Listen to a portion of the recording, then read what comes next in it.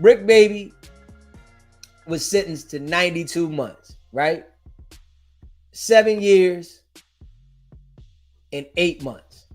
He was sentenced to 92 months, and he pled guilty. And I want to read the paperwork, man. Shout out to all y'all that be rocking with SBGB TV, man. Yeah, it's a couple pages. Nothing major, but I want to read the paperwork, right? And when you listen to this how you know, right? They going to roof loose cannon. They are going to roof loose cannon. Straight up. All right. You know, Bricc Baby named Zaire Mitchell, right? It says the plaintiff, United States of America, buying through his counsel of record, the first assistant U.S. attorney for the Central District of California and assistant United States attorney Kevin J. Butler and Jenna McCabe hereby files its sentencing memorandum.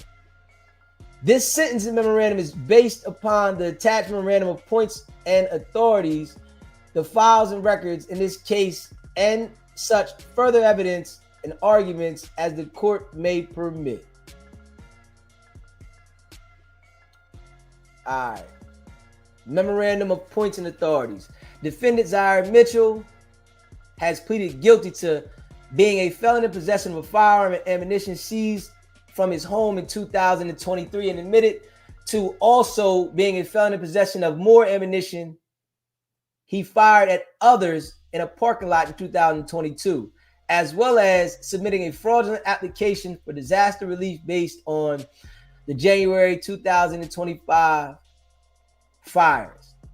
But I think it meant to say 2020, but it said 2025. For his crimes, the United States Probation and Pretrial Service Office calculated a total offense level of 23 and a criminal history category of 5, resulting in a sentence guideline range of 92 to 115 months imprisonment. The USPO further found no basis for a departure or variance from the range. The government agrees and respectfully recommends the defendant be sentenced to 92 months imprisonment, 3 years supervised release, no fine, and $100 special assessment.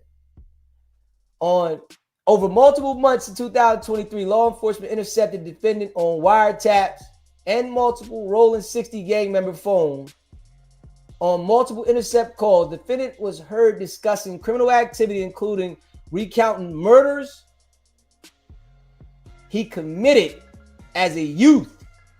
In March and June 2023, on an intercepted call, multiple people accused defendant of pointing a gun at them and even defendant's own daughter. Law enforcement then sought a search warrant for defendant's home where they found 3 firearms, including an assault rifle style firearm and over 125 rounds of ammunition. Law enforcement also learned that the defendant shot 3 bullets in a business parking lot in July 2022 toward off would-be robbers. They found another firearm and even more ammunition when they arrested him on those charges in March 2025. Each possession followed multiple prior felony convictions, any of which alone prohibited him from possessing any firearms or ammunition, not to mention the dangerous and unlawful ways he was using the firearms, even if he was permitted to possess them. Separate and apart from defendant's unlawful possession of firearm ammunition, in February 2025, defendant filed an application for disaster assistance, knowing the falsely claiming that defendant was renting a home in Pasadena, California that was destroyed by the Eton fire. By doing so, the defendant attempted to receive Federal Emergency Management Agency, FEMA, benefits. Defendant knew, however, that he never lived in or rented the home in Pasadena, was not a victim of the Eton wildfire, which was declared a federal disaster. and was not entitled to any of the benefits or funds he sought in filing for false application. When the genuine homeowner and victim of the disaster applied for the loan, it was denied due to the defendant's pending false application. Yeah, that's foul. Person that really went through it, application got denied because he was trying to scam him. The USPO and government agreed that the base offense level for each count in the indictment is 20 under USSG because the defendant had been convicted of a crime of violence before. Committing each of those crimes, California Penal Code criminalized willful threat to commit the crime which will result in the death or great bodily injury to another person. They just reciting different case laws. All right. For count 2, the USPO parties agreed that a 2-level increase under USSG applies because defendant possessed 3 firearms. For count 1, the USPO parties agree that 4-level increase under USSG applies because defendant possessed ammunition in connection with another felony offense, namely shooting at people from a parking lot. Finally, for defendant's fraud in connection with a major disaster emergency benefits, the USPO and parties agreed to all calculations, specifically the base offense level in 7 under USSG, and the resulting offense level is increased to 12 under USSG because of the offense involved in disaster fraud. The highest total offense level of the foregoing counts is 24, which receives a 2-level increase for multiple counts. The USPO and government agrees that a 3-level reduction for acceptance of responsibility applies under the USSG. Thus, the total offense is level 23.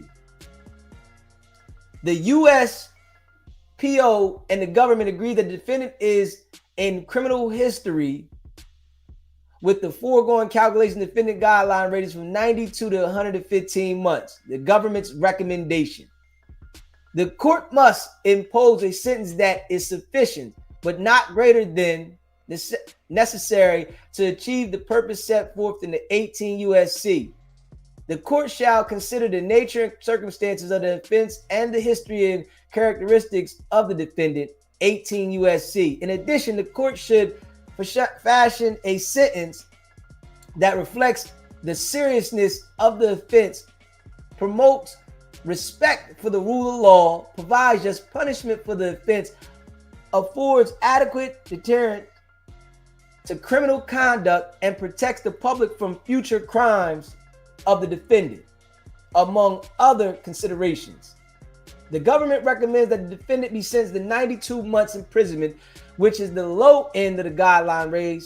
Such a sentence is sufficient, but no greater than necessary to achieve the purpose set forth in 18 U.S.C. Nature of circumstances of the offense. The court must consider the nature, circumstances, and seriousness of the offense. 18 U.S.C. Here, the government proposed sentence reflects the seriousness of the defendant's crime.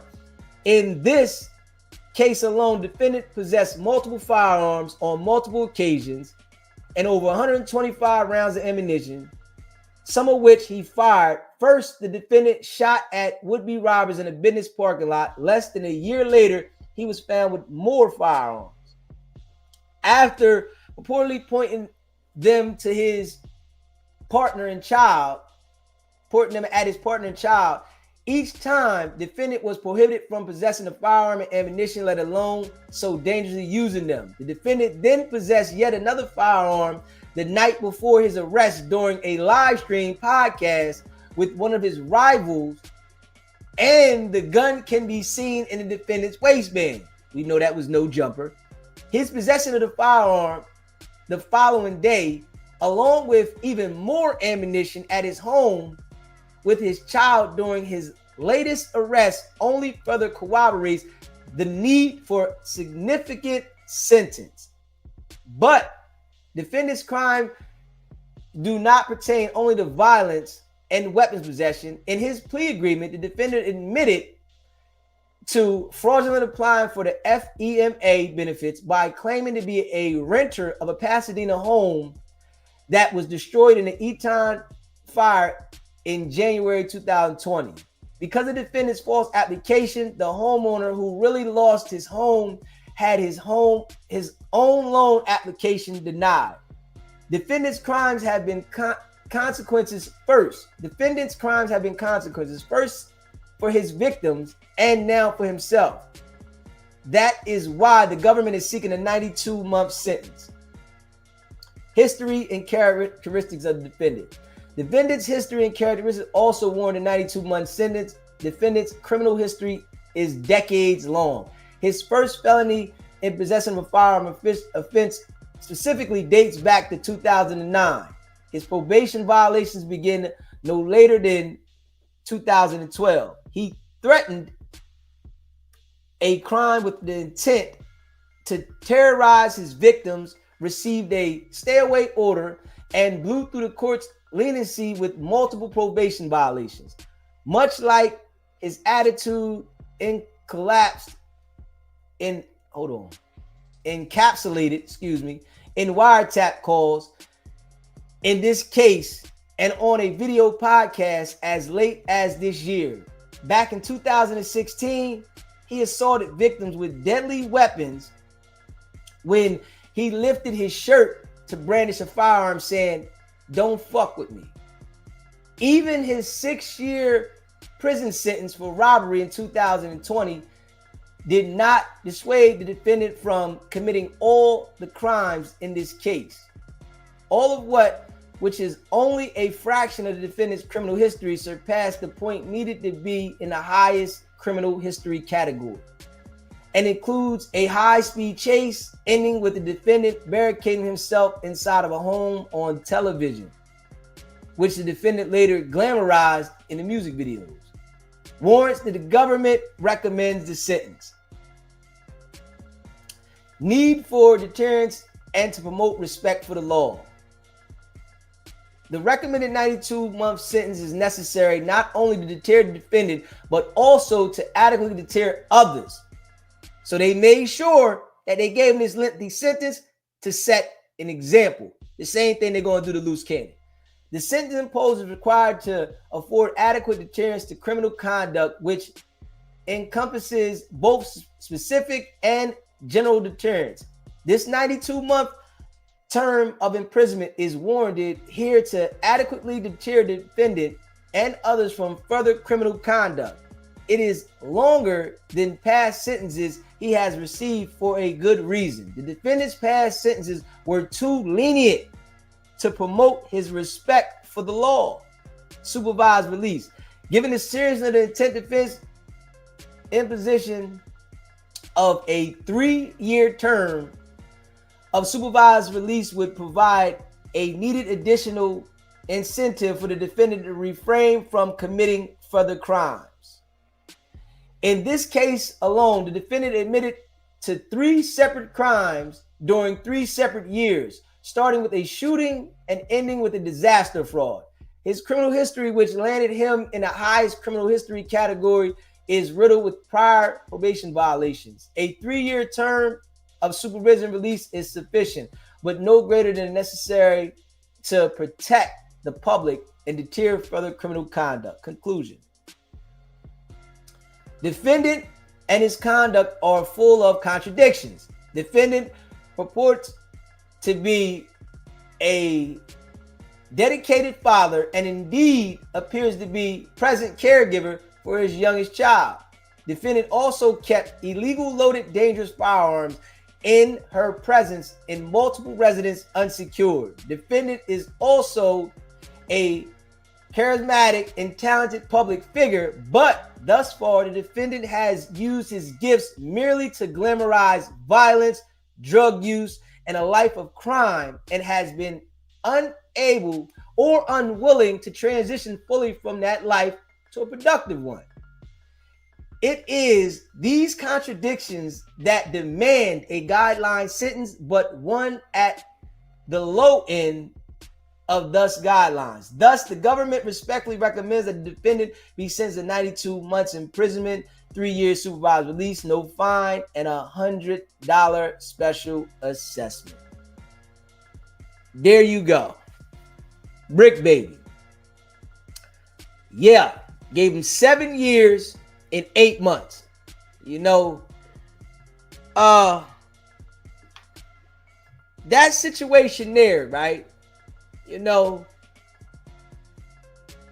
he played himself. You know, I don't know if, you know, he was supposed to do something for them. Why is though they kept letting him out and he didn't show up, or he did help and got his sentence cut. I don't know. But he had a lot going on there. And I'm not going to lie. He had a lot going on there. And he got 92 months. His plea deal, you know, they gave him the lower end of it. I don't know. Straight up.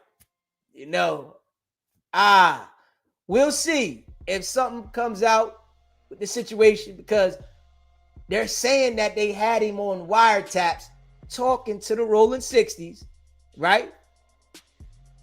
And he's admitting to murders as a child. Y'all heard that. You know, it's all in the documents, right?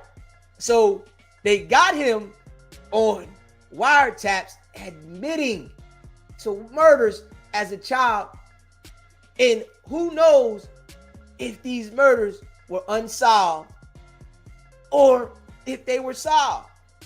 But he's admitting to involvement on the phones. And they've had the phones tapped. Straight up. They had the phones tapped and they've been monitoring. So, you know, who knows with the situation. Straight up. You know, but that's the paperwork. And it's all in the paperwork. You know, we read it out. And we kept it real. You know, I gave my opinion on it and what I think about it. I don't know. You know, it could be either way. You know, but I know a lot of these jokers, they not right. A lot of them ain't right. You know, he got bailed out. Well, not bailed out, let out on several occasions for these crimes. And then they give him 7 years and 8 months. Y'all be the judge. You know, smash that like button, man, and hit that subscribe button, you know, and share this live. And, you know, I appreciate all of y'all that rock with SBGB TV, man. Y'all know we going all the way in, non-stop. You hear me? We ain't playing no games, no cap. And I appreciate all of y'all, man. If you're a member of the channel, put a 1 in the chat. Shout out to all y'all that rock with SBGB TV, man. You know we appreciate y'all. And you know we ain't stopping. You hear me? We ain't stopping. People that don't like it, hey, man, you got to live with it. You know, we're going to continue to be solid and deliver how we deliver. You know, the channel's growing. You know what I'm saying? And we going up. And that's a fact. Real recognize real. You know, the Fufafi ones, you hold no weight around here at all. If you Fufafi, don't think that, you know, you gonna come around here and you gonna run anything. We too solid around here. Straight up. We too solid around here. Real recognize real. The goofy people, they don't last around here, and you ain't stopping nothing. You know? Shout out to all the people that rock with DZ all over the world. You know, we appreciate you, and that's a fact. All the people, you know, out there on the West Coast, man, shout out to Munchie B, you know, for recognizing DZ go all the way in, you know? And this is somebody on the West Coast now that said, listen, I gotta give DZ the number one spot on going at Wack. I gotta give it to him because he go too hard in the paint. And I'm saying facts. We got Wack not wanting to speak to people no more. Oh nah, he just want to spin his lies. He don't want to go on platforms. He don't want to talk to everybody, huh? This ain't like Wack. Wack always want to pull up. He gonna pull up on anybody. Let him tell it. But I guess, that shit done changed. If we being real. That shit done changed. It's different now. This the new Wack.